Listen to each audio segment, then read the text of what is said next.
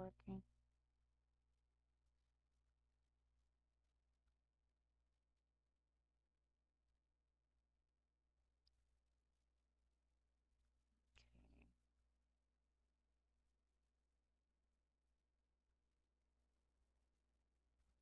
This is working.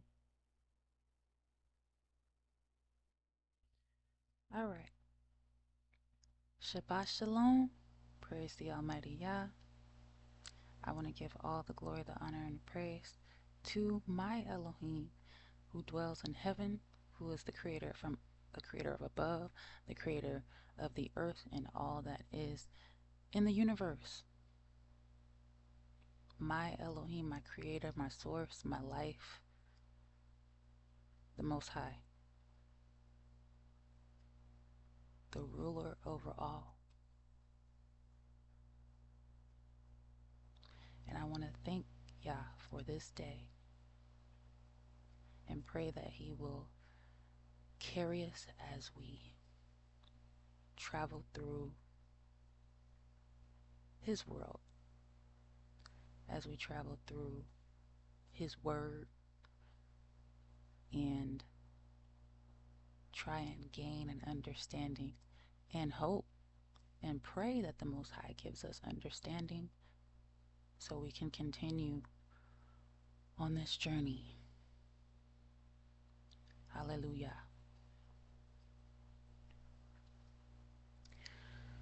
So,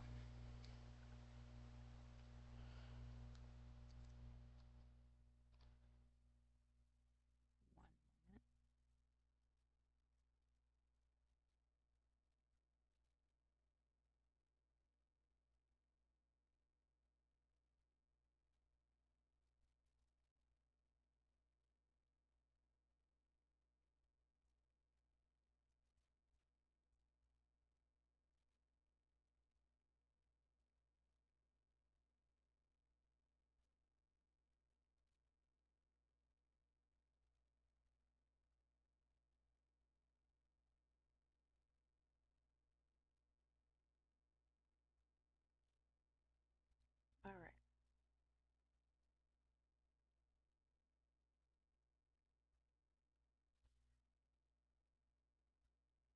So today, the topic of the video is, what is money? What is money? Because all of our people, as a matter of fact, the whole world is caught up in this thing called money. As if money is the ruler of all things.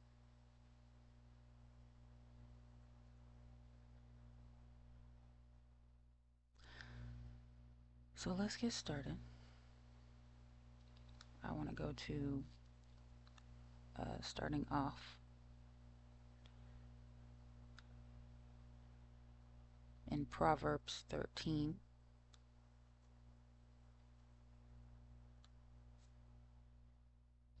Okay, so I'm just going to use my book because computer gets on my nerves sometimes.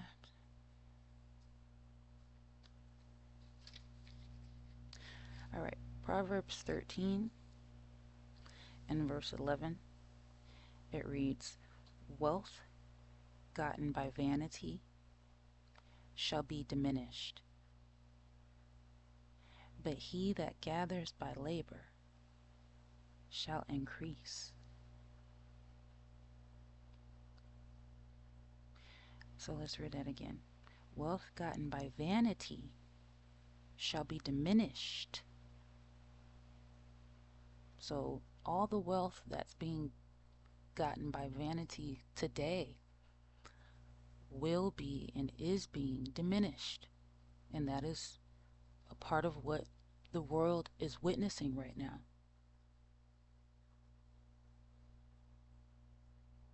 The money or the wealth gotten by vanity is diminishing. But he that gathers by labor shall increase. We have to really put this work in. It's more than just being a slave to your oppressor. It's much deeper than that. Putting work in is not about being a slave to your oppressor. That's not the definition of putting in work, according to the Creator.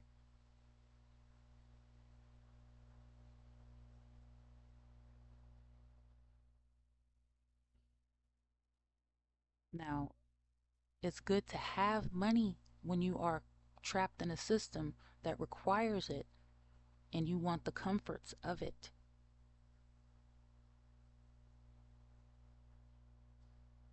But that's it. It does not help us toward progression. It does not help us build as a nation. Because if that were the case, we would have been doing that with the money that we had gotten by vanities.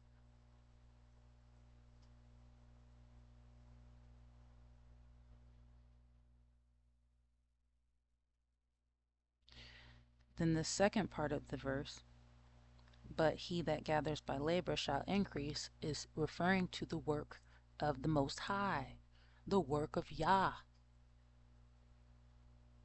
Turning back to YAH, turning back to our Creator.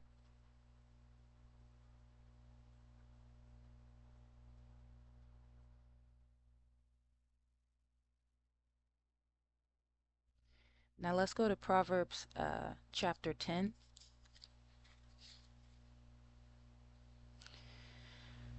Proverbs chapter 10 and verse 22 says, the blessing of YAH, it makes rich,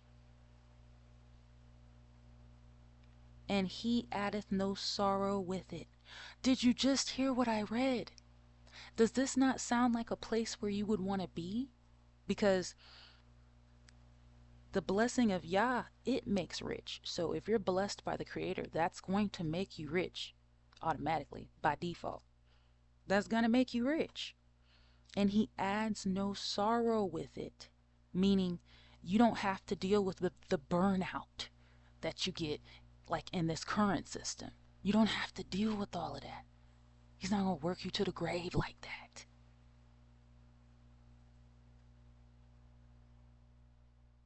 And you can still have the riches. That's the blessing of the Creator, because that's how the Most High intended for everything to be in the beginning.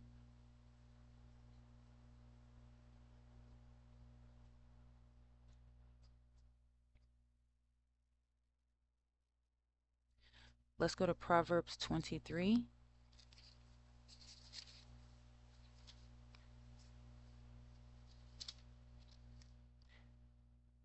Okay. Proverbs 23 and verse 4 reads, labor not to be rich, cease from your own wisdom. Now, if we all decided laboring not to be rich, but just turning back to the Creator and practicing the laws of the Creator and forgetting about, the made up laws of man, would not YAH triumph? Would not the Creator of the world triumph through the people? Right? Would that not happen? Labor not to be rich. Cease from your own wisdom. Cease from your own wisdom. See, because every man is right in his own eyes. All of us, we all think that we're right in our own eyes. And like I said, it's okay. As a matter of fact, it's good to be rich. And it's okay to do things outside of YAH when you labor, as long as you're not doing wicked things, right? And so, but the thing that I'm trying to get at is When you're doing that though for the oppressor, it's different than when you're doing it for the creator. When you're doing it for the creator, you own the whole world. You literally own the world. You own the earth. But when you're doing it for man, you own nothing. You own nothing. And they'll make sure that you own nothing because you have to continue to pay taxes on everything. Once you buy something, it should be bought.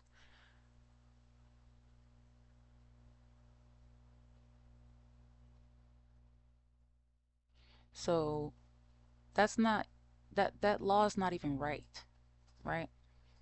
It's not even right. But anyways, I don't want to digress. Don't want to segue.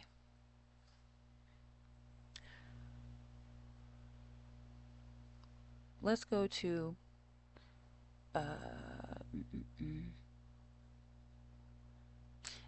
yeah, let's go to Ecclesiastes chapter 5.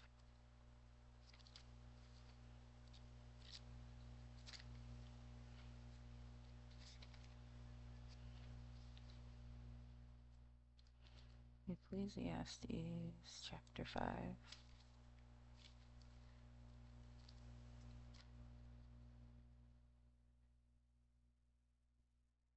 Some of these books, they're just so short. Find yourself just, where is Ecclesiastes? So let me go on and use this because as much as I love my forefather, uh, I don't really go in that book that often. I read the whole thing, but I go back to it every once in a while.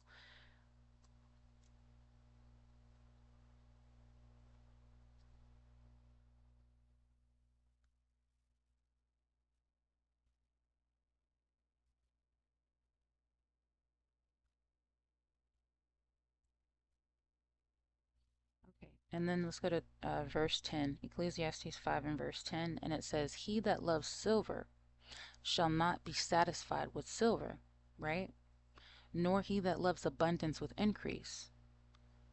This is also vanity." So, yeah, even though he was saying money answers to all things, he made a distinction in Proverbs that we're gonna go to. But Solomon understood that there's a separation between wealth gotten by vanity and wealth from YAH, because he'd been blessed by YAH, and then he turned around and wanted the blessings of man more than the creator, right? But he understood that there was a difference because you can see the difference. One is more visible than the other. See, one you can see riches on the outside, but then on the other you see riches on the inside. Riches on the inside are riches that you can be buried with, right? So that is what the Most High is looking for. The Most High doesn't care about if you graduated from college or any you started your own business, or I mean, the Most High took everything Job had away.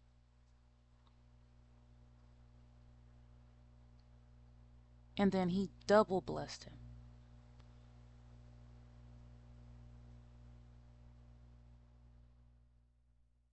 So the Most High doesn't care about the outside.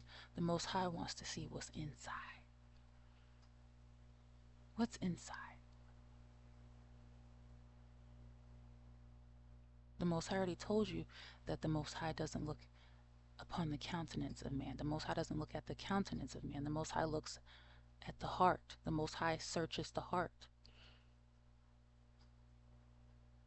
And it's not about Christianity or where Christ, they tell you not to be rich, but to give all your riches away. That's not the same teaching.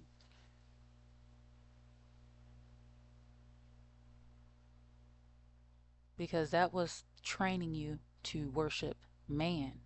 It wasn't training you to worship the Creator. There's a big difference. Man wants you to give him your money. The Elohim doesn't want your money, nor does the Elohim need your money. You do.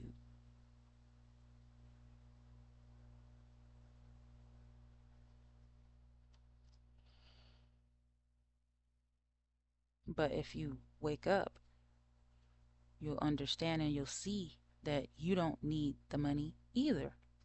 You really don't.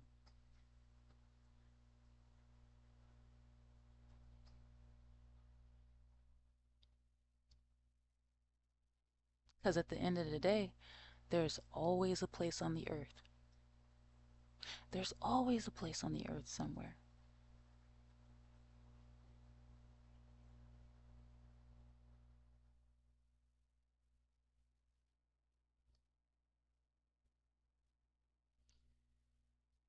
Let's go to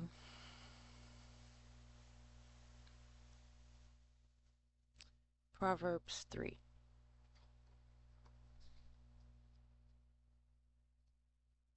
Let's go to Proverbs 3.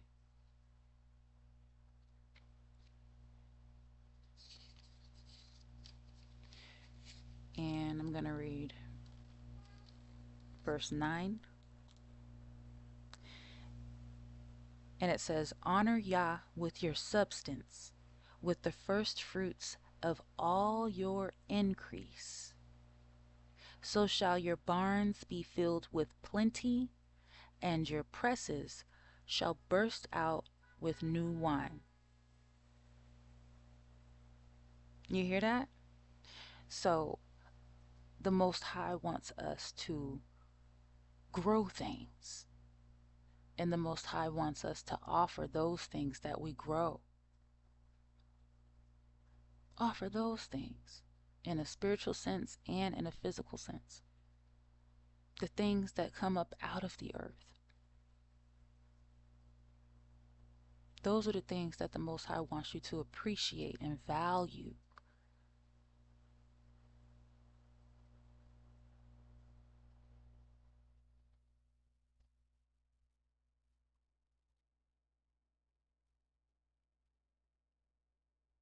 Those are things that helps a man live.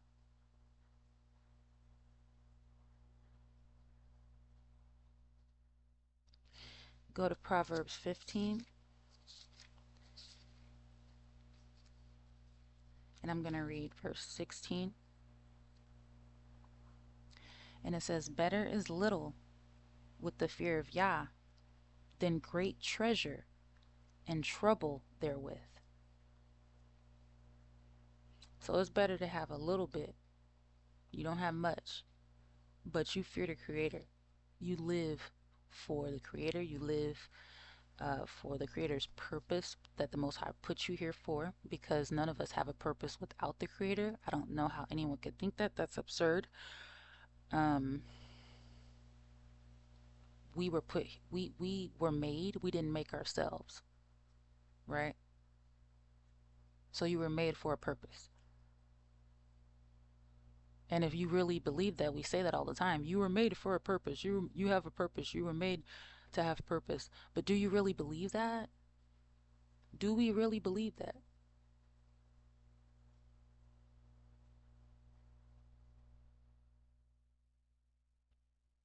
Because we're failing the mission pretty bad. If you ask me, I can see a whole lot of turmoil throughout the earth.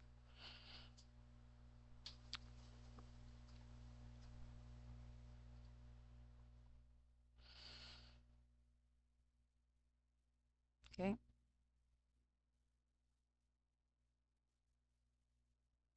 So let's go to Proverbs 16 and verse 16. It says, "How much better is it to get wisdom than gold? Phew.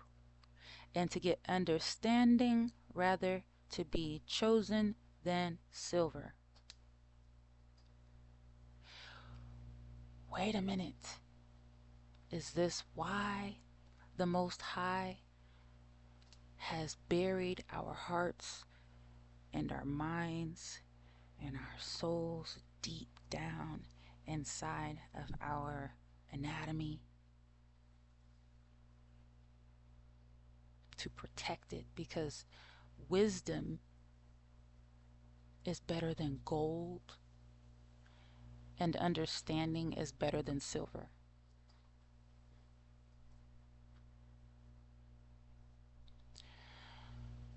We are our own worst enemy. You can't deny that. Look at the world.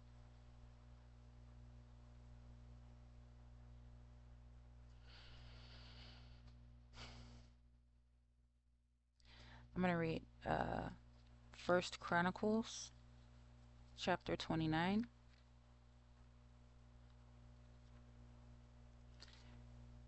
1 Chronicles chapter 29.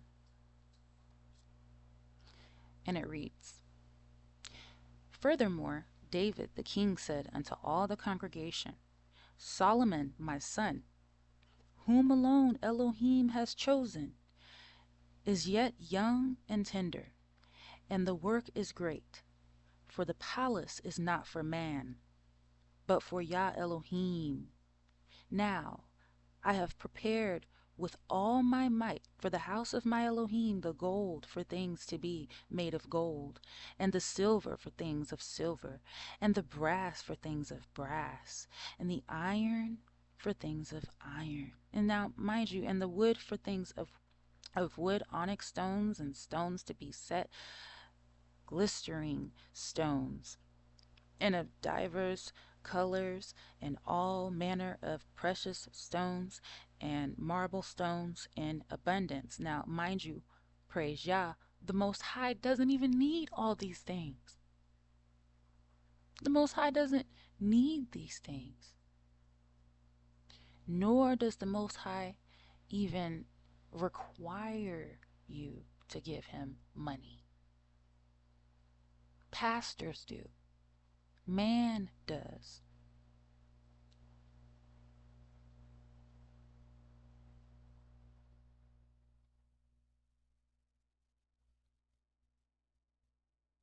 But you don't want the Creator to rule over you. You want man to rule over you. That's what we said. We don't want the Most High to rule over us to this day.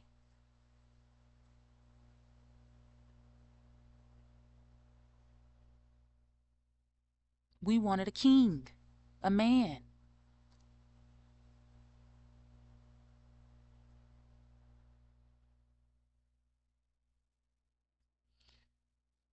Verse 3 says, Moreover, because I have set my affection to the house of my Elohim, I have of mine own proper good of gold and silver, which I have given to the house of my Elohim, over and above all that I have prepared for the holy house.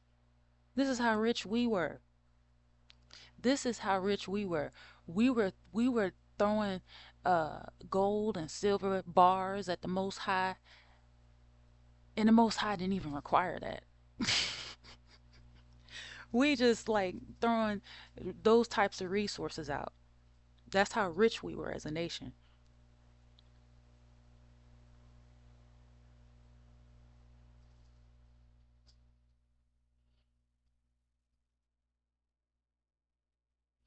Even 3,000 talents of gold, of the gold of Ophir, and 7,000 talents of refined silver, to overlay the walls of the houses withal. Verse 5, the gold for things of gold, and the silver for things of silver, and for all manner of work to be made by the hands of artificers. And who then is willing to consecrate his service this day unto Yah?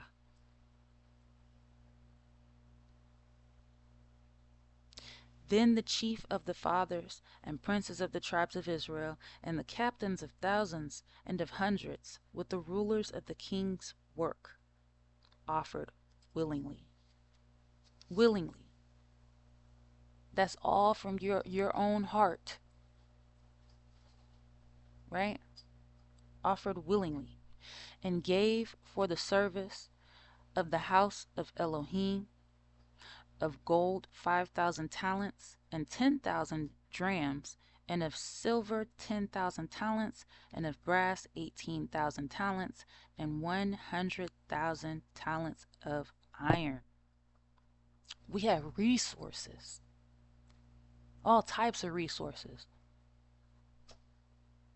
Verse 8. And they with whom precious stones were found gave them to the treasure of the house of YAH by the hand of Jehiel the Gershonite. Then the people rejoiced, for that they offered willingly, because with perfect heart they offered willingly to YAH. And David the king also rejoiced with great joy. Hallelujah. Verse 10. Wherefore David blessed YAH before all the congregation, and David said, Blessed be you, YAH of Israel, our father. See, we putting up toasts forever and ever. We putting up toasts to the Most High. Toasts to the Most High. Like, come on now. We were living the life as a nation. Verse 11. Yours, O Elohim, is the greatness, and the power, and the glory, and the victory, and the majesty, for all that is in the heaven and in the earth is yours. And we knew that. Yours is the kingdom, O YAH, and you are exalted as head above all. The Creator. Of course, this is what we would do for our Creator.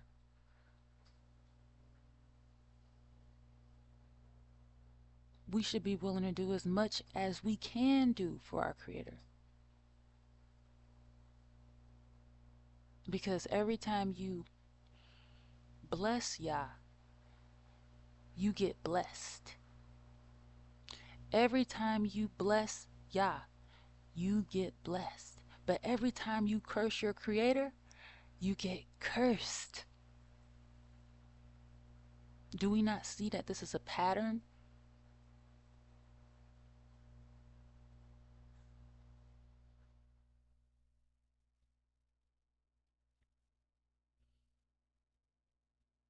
So let's go to verse 12. It says, Both riches and honor come of you, and you reign over all.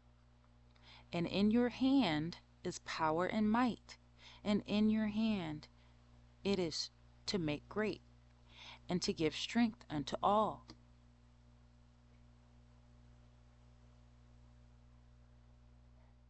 So the Most High doesn't want all of this rich poor stuff that's happening today. The Most High doesn't want that. Who would want that? Why would you be in a world where there's the opportunity, there's a huge chance of you, a 50-50 chance, and now there's like an 80-20 chance of you becoming poor just like that, and just lose everything? And this is the type of system you want to run off of? It's artificial. That's not natural.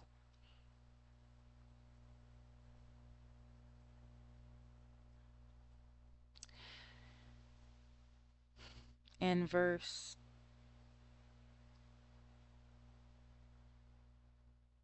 12 it says, Both riches and honor come of you, and you reign over all. And in your hand is power and might, and in your hand it is to make great, and to give strength unto all. So the Most High wants everyone to have strength. All who want to do right. Verse 13. Now, therefore, our Elohim, we thank you and praise your glorious name. But who am I And what is my people that we should be able to offer so willingly after this sort? For all things come of you, and of your own have we given you.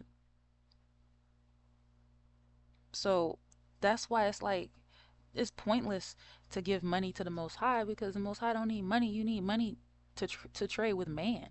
Like that's something that man values. That's not something the Creator values, and it's not what makes you rich either. It's not what makes you rich. The Most High makes rich. The Most High makes poor. The Most High makes rulers in the basis of men, and the Most High can make rulers out of the basis of men.